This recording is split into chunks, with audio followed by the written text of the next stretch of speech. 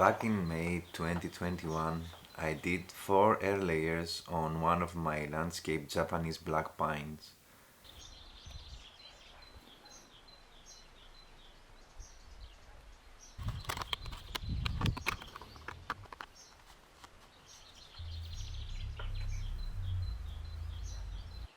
And this video is about this one, the only successful one. So now 4 years later, or better to say 3 grown seasons later, the air layer looks like this. It seems that pine air layers are a bit slow to pick up speed, but it looks like this year it's going to explode with sizable buds. So I decided to finally work on it with a specific plan in my mind.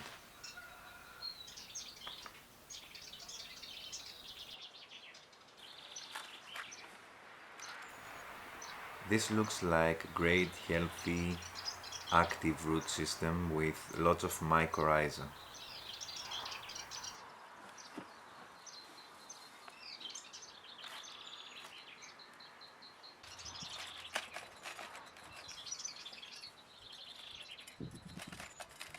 But just as I started working the soil, almost immediately I stumbled upon a thick root and then a second one. This is not ideal. At this point I want to take a break from the video and talk about something that people ask me in almost all of my videos. My substrate mix. Now this is a 4-year-old pine I grew from seed and repotted later the same day. When I treat my trees with my mix from germination, this is the quality of the root system I usually work with, and this is the bottom of the root ball. I don't think I need to say more about it, so let's get back to the air layer. Now this air layer doesn't have such a high quality root system yet, and that's because as an air layer it loses part of the newly formed root system, usually on the sun side, so the south side in the north hemisphere and the north side at the south hemisphere, as it can dry up sometimes, and then it turns the focus on the remaining roots that become thick. Another reason is that the moss used to air layer isn't removed after separating the air layer, and all of this organic material shifts the production towards few long roots instead of many fine ramified roots. There is actually a substantial amount of wood production in the base of the air layer.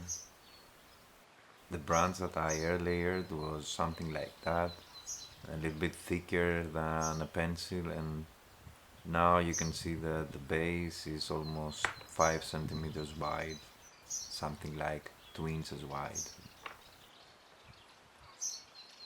You can see these two thick roots coming out all weird and awkward. So at this point I have two options. Either remove those two and hope that the remaining roots are sufficient to sustain the tree for the next 2 months, or embrace the weirdness and make something different, like a cascade pine with a part of the root system exposed. But this is not the plan I had in mind for that tree. I continue to dig, trying to answer whether the remaining root system will be enough, and at this point I say yes. So before I remove the thick ones, I try to bend them into a less weird place. And the thicker one does not like it at all, so it has to go.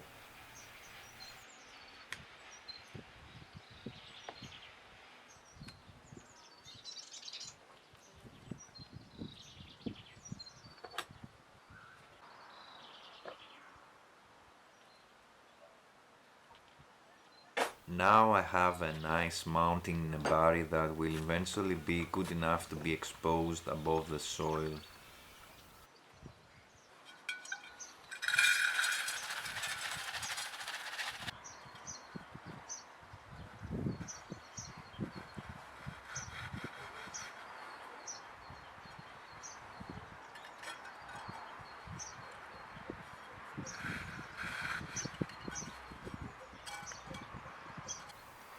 I'm taking care to place every root as it should be to create a nice mound.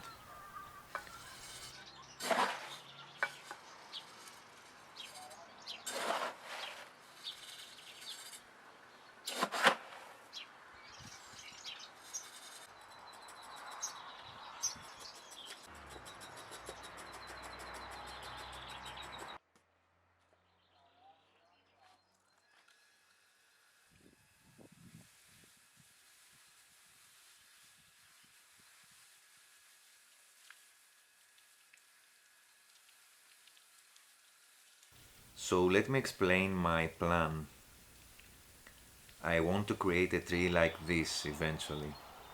You can still see the wounds left behind by the removal of massive sacrificial branches that help thicken this big trunk, and a few from the back. From here and below, this used to be under the soil as part of the nebari, but eventually got exposed and now it forms the lower part of the trunk.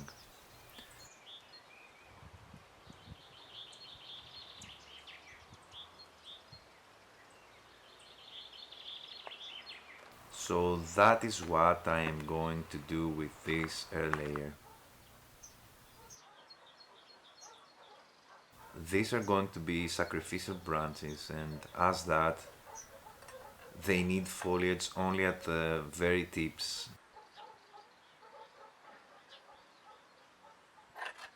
Removing the lower foliage will let light inside to what will actually become the tree, but up till now was heavily shaded.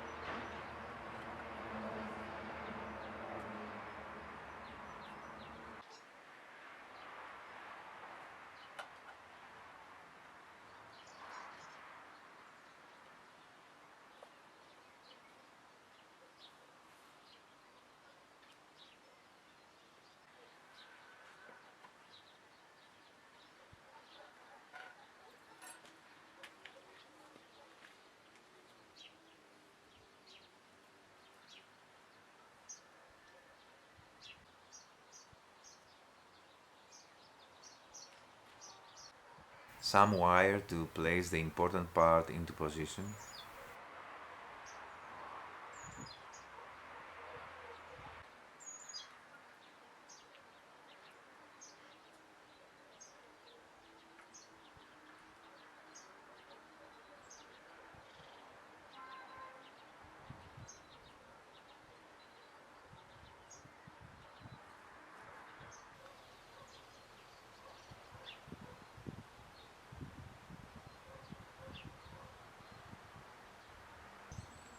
Some of you might find this hard to believe, but this small branch in the middle is going to build a tree like this one someday.